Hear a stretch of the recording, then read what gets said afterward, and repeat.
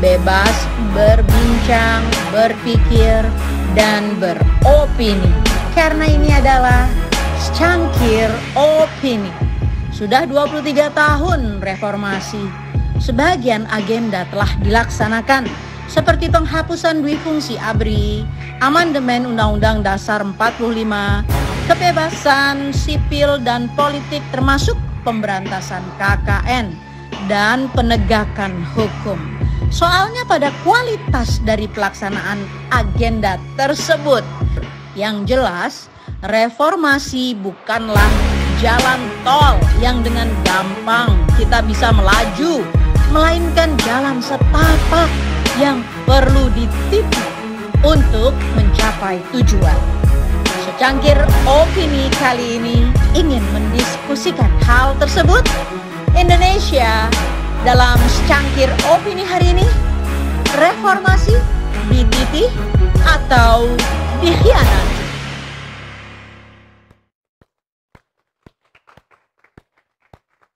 Ya, sobat dan kerabat semuanya, tadi kita berhenti dengan Pak Amin. Unfortunately ternyata Pak Amin harus meninggalkan kita. Ada urusan yang tidak bisa dilewatkan sehingga dia pamit, dan ini saatnya no Rocky, no party untuk mengata-ngatai reformasi. Silakan. Oke, saya pelan-pelan ya, karena reformasi juga lagi pelan-pelan.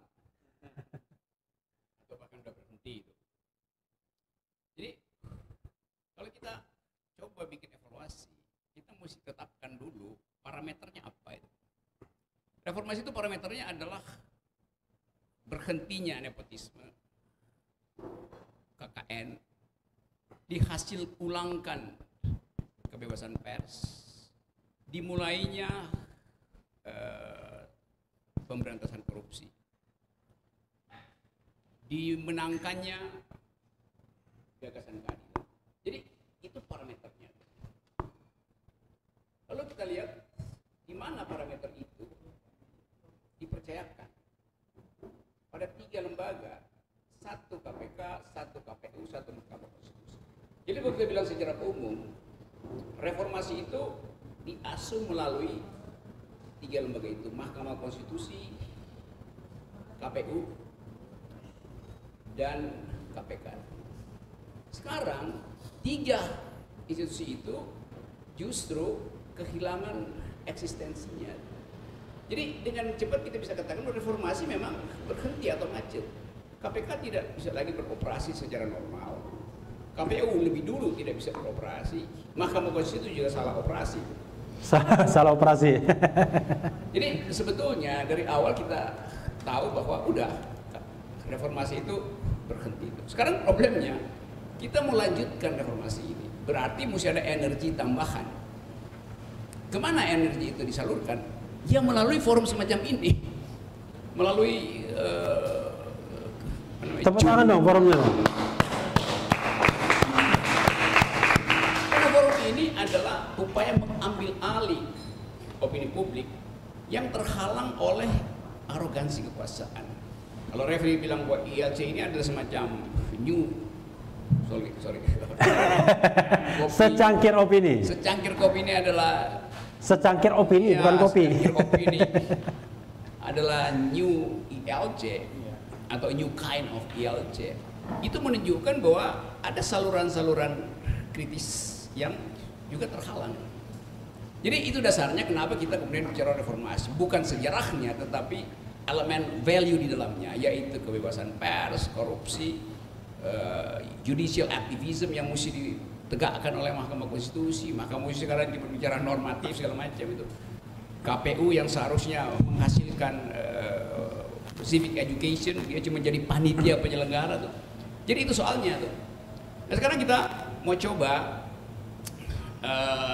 berupaya berpikir ekstrapolasi ke depan atau prospektif. Sebelum kita berpikir prospektif, kita lihat dulu ke belakang, apa yang terjadi sebetulnya pada bangsa ini. Reformasi itu adalah interupsi terhadap 2 orde sebelumnya yang membatalkan demokrasi itu. Waktu kita merdeka, kita bergembira karena kita punya kemampuan untuk mengolah pikiran, menyampaikan kritik dan berupaya untuk membangun bangsa supaya setara dengan bangsa-bangsa lain. Ide itu dibatalkan oleh Orde Lama yang menjadi otoriter. Demokrasi terpimpin. Kemudian ada periode kecil menjelang Orde Baru di mana ada kebebasan pers, ada diskusi akademis yang tajam. Tapi itu cuma berlangsung mungkin 1 kali pemilu. Setelah itu presiden masuk di dalam jebakan otoritarianisme. Jadi 2 periode kita sejak proklamasi demokrasi terpimpin dan demokrasi Pancasila waktu itu disebut oleh Pak Harto, itu membatalkan ide tentang kesetaraan warga negara, ide tentang kecerdasan individu, macam-macam. Nah, kita berharap sebetulnya periode setelah itu diisi oleh pengetahuan baru, oleh sumber pengetahuan baru. Tapi per hari ini, kalau kita lihat survei internasional, kita bisa bicara survei dalam negeri, karena survei dalam negeri kadang-kadang pesanan itu. Survei internasional menunjukkan indeks demokrasi memburuk, indeks korupsinya naik, macam-macam. Jadi pemburukan itu udah terjadi tanpa kita harus tambahkan sinisme atau itu udah berlangsung. Jadi sekali lagi kita hari ini mau melakukan semacam reinventing our democracy, menemukan kembali demokrasi itu.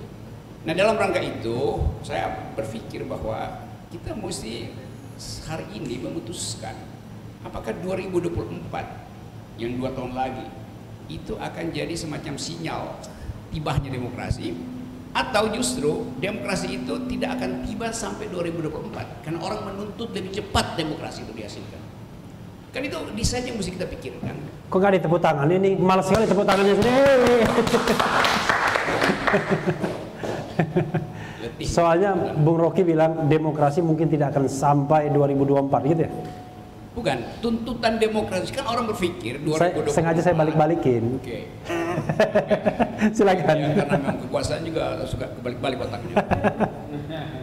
Kan orang berpikir 2024 bagian-bagian yang tertinggal selama periode Pak Jokowi bisa dipulihkan di 2024. Tetapi 2024 targetnya ada 3 periode.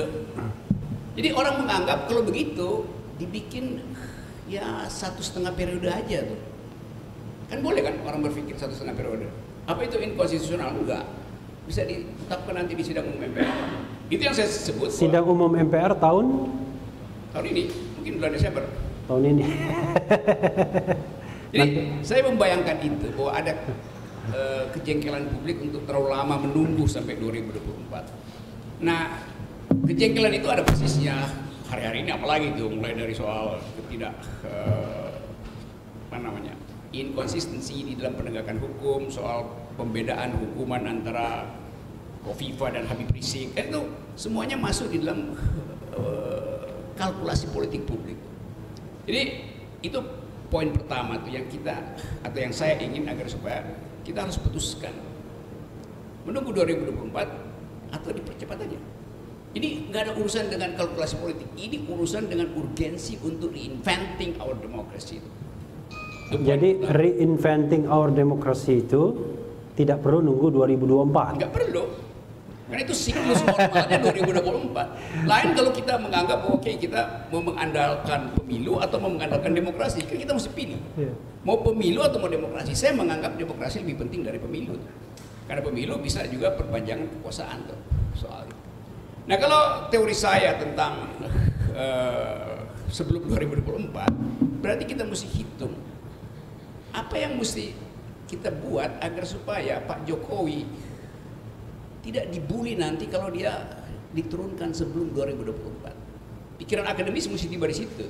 Tentu politisi akan bilang Anda berpikir seolah-olah mau bikin makar. Enggak, kita mesti hitung kalkulasi itu. Karena variabel sosiologi sedang bekerja untuk memastikan bahwa sangat mungkin 2024 itu tidak menghasilkan pemilu. Variabel sosiologi yes saja. Ya, kan itu cuma soal kan. Seluruh variabel sosiologi itu di dalamnya ada kegagalan perencanaan ekonomi, ada kemarahan publik karena Sri Mulyani naikkan persentase penagihan pajak pada rakyat. Jadi semua fasilitas itu harus kita bayangkan bisa terjadi sebelum 2024. Kalau kita mau bicara akademis gitu, lain kalau kita mau bicara ngeyel-ngeyelan, oh jangan dong kan Presiden Jokowi sampai 2024 itu adalah waktu elektoral, tapi waktu demokrasi mungkin tidak sampai di situ tuh. Nah kalau itu nggak sampai di situ, kita mesti bayangkan apa yang mesti kita sediakan supaya Presiden Jokowi, kan bagaimanapun Presiden Jokowi dipilih oleh rakyat, supaya dia mengalami kelegaan, nggak mengalami olok-olok. Setelah itu kan bisa aja orang Presiden Jokowi setelah nggak jadi presiden, dia lewat di depan Kopi Bangsa, orang olok-olok tuh, wah Pinocchio lewat, misalnya tuh.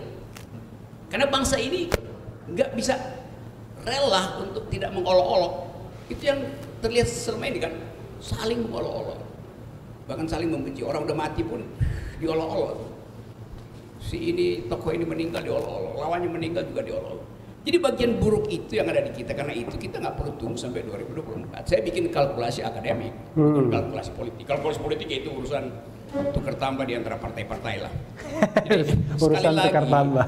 saya hanya memantau variabel-variabel sosiologi yang sedang menyediakan diri untuk mempercepat perubahan. Sebelum terpancing untuk bicara hal yang lebih subversif, saya berhenti di sini. Terima kasih. Nggak apa-apa. Jadi Bung Rocky, terutama Bung Boni Hargens ya, kita frankly speaking kan, kadang-kadang yang namanya main bola biliar itu bola sodoknya kemana gitu, mantulnya kemana ya. Dan ini tantangan buat Bung Boni Hargens, karena tadi ada pemikiran-pemikiran yang bagi Bung Rocky akademik, termasuk berpikir bahwa Presiden Jokowi tidak sampai 2024 itu bisa juga dikatakan sebagai kalkulasi akademik.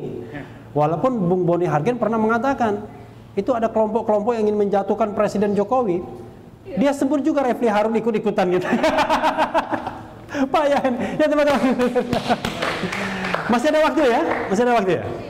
Oke, silakan Bung Boni. Sekuat-kuatnya dan segenjar-genjarnya untuk membantah Rocky Gerung. Terima kasih Bung Refli yang punya acara sama Pak Rocky. Saya pikir begini, kita bicara pada konteks akademik, teoritis. Transisi demokrasi itu memang tidak pernah ada ukuran yang mutlak. Kapan dia dianggap berhasil, kapan dia bisa dikatakan fase ini selesai. Jadi transisi demokrasi itu kan beragam. Ya. Ada yang matangnya cepat, ada yang prosesnya lamban, tergantung sebetulnya kultur politik masyarakatnya juga, dan juga kesiapan dari kultur elit. Tidak hanya soal masyarakat tapi juga level atasnya, bangunan atas dari satu tatanan sosial politik. Di negara-negara Amerika Latin saya kira juga transisinya nggak pernah berhenti. Kenapa? Karena ketika pada satu fase masyarakat sipilnya matang, tapi pada saat yang sama elitnya tidak matang. Pada satu fase elitnya matang, civil society-nya sudah terbelah. Nah akhirnya kemudian bergumul terus dengan transisi. Irak juga mengalami itu saya kira sejak 2013. Orang kemudian melihat, oh ternyata ketika kepemimpinan itu diambil alih oleh tokoh agama, ternyata di dalam mereka juga terjadi faksionalisasi, friksi yang tajam. Misalnya kelompok Syiah Sunni itu juga pecah belah. Apa yang terjadi pada saat yang sama, kekuatan pasar liberal masuk, perusahaan-perusahaan asing masuk, akhirnya kemudian menentukan arah ekonomi dan akhirnya arah politik di Irak. Nah saya kira Indonesia jauh lebih baik dari semua ini. Kita sudah melewati fase Indonesia jauh lebih baik daripada proses transisi politik di banyak negara yang gagal. Kenapa saya katakan demikian? Pertama, pada aspek prosedural, Indonesia sudah sukses membangun suatu bangunan konstruksi demokrasi yang ideal. Di sana ada bangunan dasar 3 pilar itu, eksekutif, yudikatif, legislatif, dan juga ada beberapa auxiliary bodies yang juga sangat diperlukan, seperti ada KPK, adanya ombudsman, adanya Mahkamah Konstitusi dan sebagainya. Dan pada sisi lain juga kita melihat masyarakat sipil kita juga mengalami kemajuan yang sangat signifikan dengan kebangkitan media massa sebagai agen perubahan, terus kemudian juga kebebasan berpendapat, kebebasan berserikat, muncul banyak elemen-elemen civil society yang kuat. Cuman harus saya akui juga bahwa pada saat yang sama ada satu ranah di dalam relasi antara negara masyarakat yang saya lihat ruang yang tidak pernah disasar, yaitu ruang di mana pengaruh modal itu menjadi sangat sentral, pengaruh uang itu sangat sentral.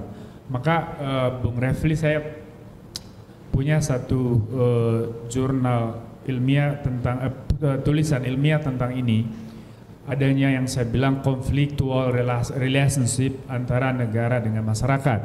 Nah, kenapa terjadi relasi konfliktual? Itu sebetulnya di sana letaknya.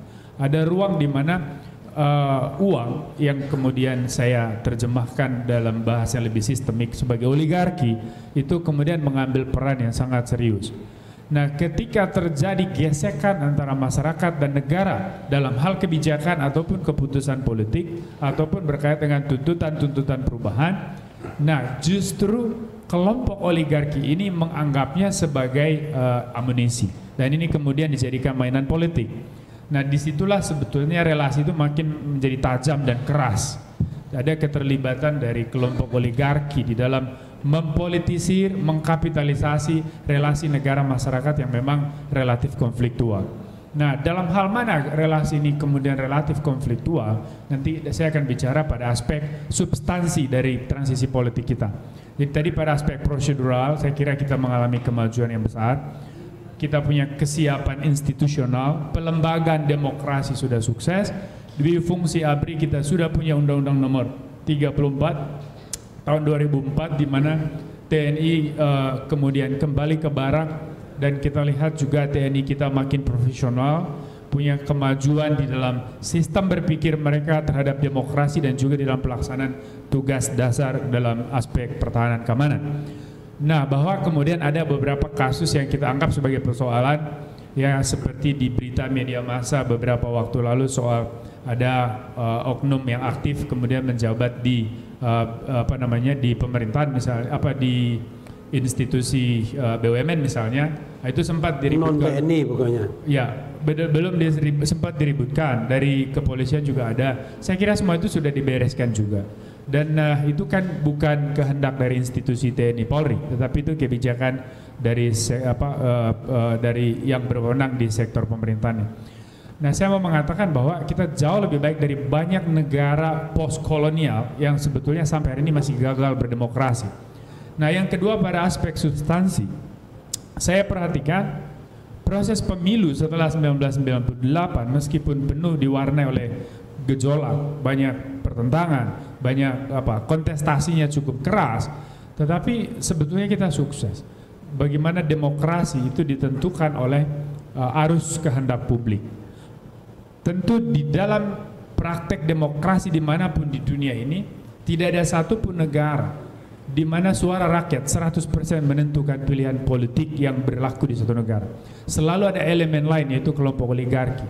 Itu yang saya katakan. Dan oligarki ini ada di semua negara, di semua sistem politik, entah demokrasi, entah komunis, entah sosialis, apapun. Itu dia ada semua. Atau berarti tidak ada demokrasi dan tidak ada sistem tunggal, yang ada adalah sistem oligarki aja, berarti begitu? That's why. Kan dalam sistem apapun katanya. Itu sebabnya saya kebetulan disertasinya soal itu, dan saya sedang menulis satu buku tentang hukum kekekalan oligarki. Artinya bahwa mereka akan terus, apapun sistem politiknya, seperti apapun kadar demokrasi itu, dia akan terus bermain di situ dan menjadi penentu dari seluruh arus itu.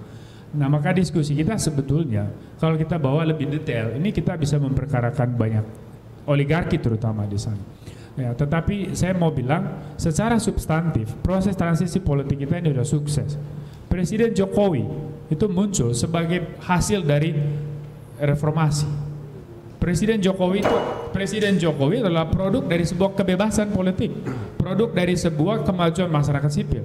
Kita tidak pernah bisa membayangkan bahwa seorang anak tukang kayu bisa menjadi presiden. Di kepala kita dulu bahwa elitisme menentukan seluruh proses perubahan sosial politik, bahwa mereka yang datang dari atas dia turun untuk membangun perubahan di bawah. Kali ini yang terjadi adalah dari bawah datang dia naik ke atas dan mendorong terjadinya perubahan. Lepas dari seperti apa kawan saya Pak Rocky menilai Pak Jokowi, saya kira ini satu kawan, ya? Prestasi. Saya selalu menganggap dia kawan, terserah Pak Rocky anggap saya apa. Tapi bahwa kami berbeda pandangan dan cara berpikir tentu hal yang wajar. Saya kira Pak Jokowi ini adalah satu prestasi besar dari kemajuan proses bersejarah demokrasi kita ini dari tahun 1998 sampai sekarang.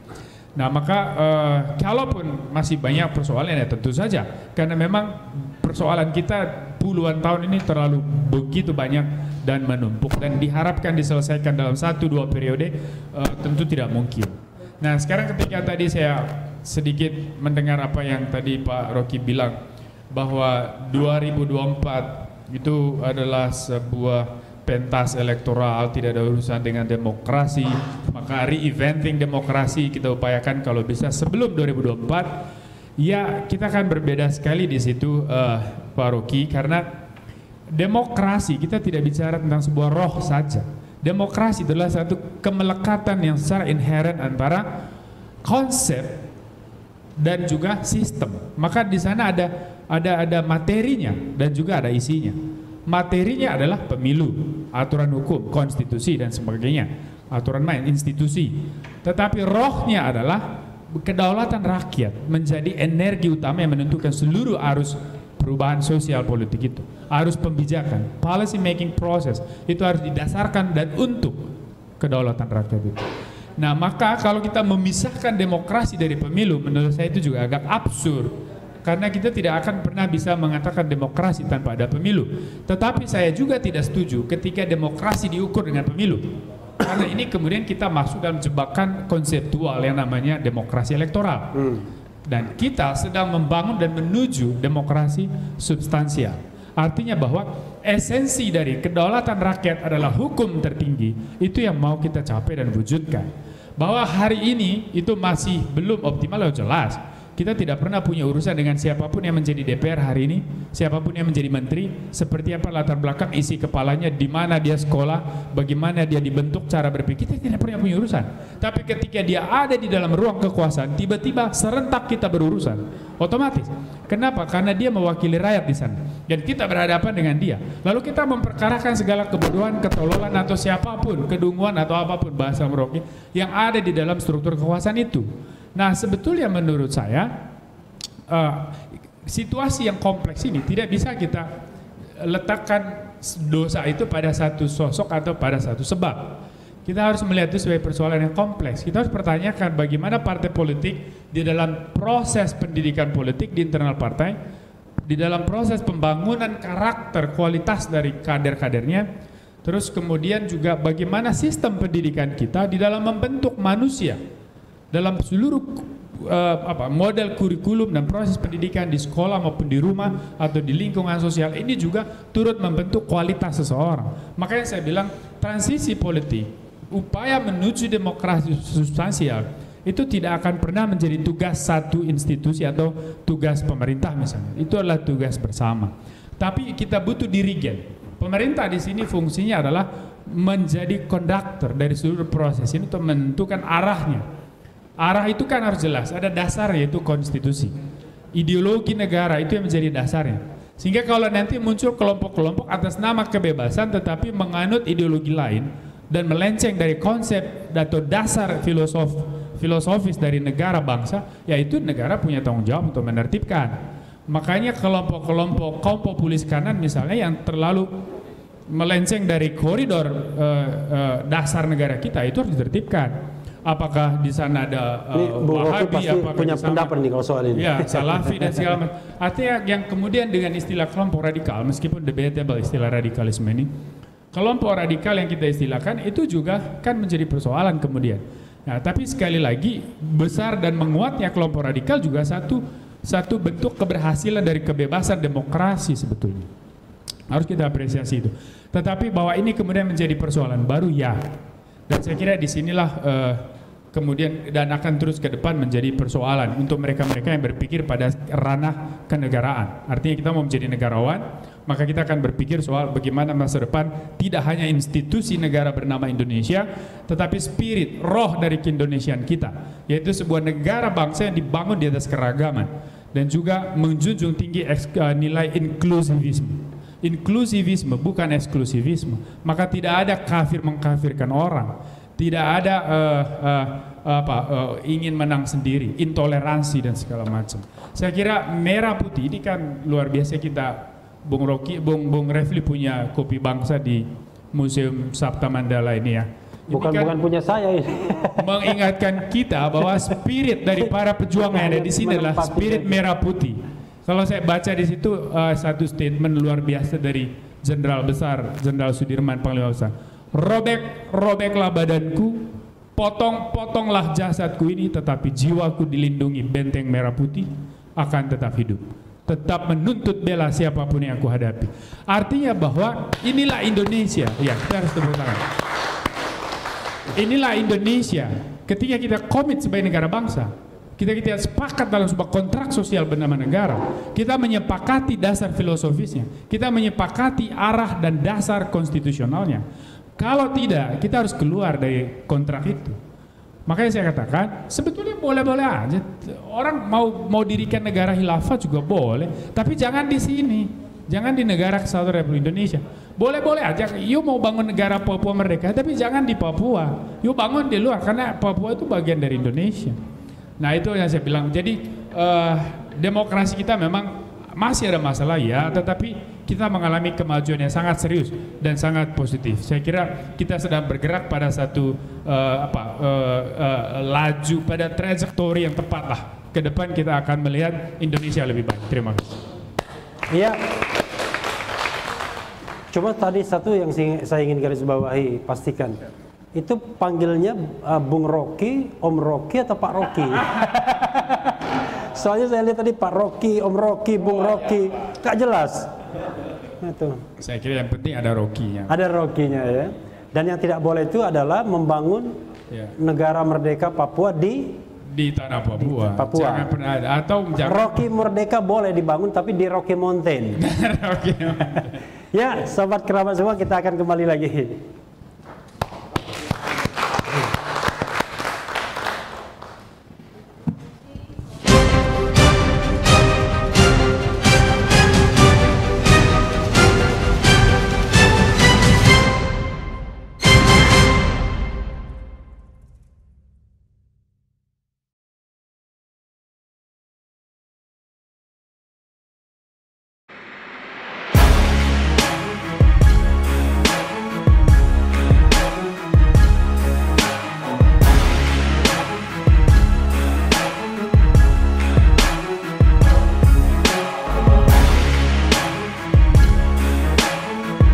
Di sini Anda bebas berbincang, berpikir, dan beropini.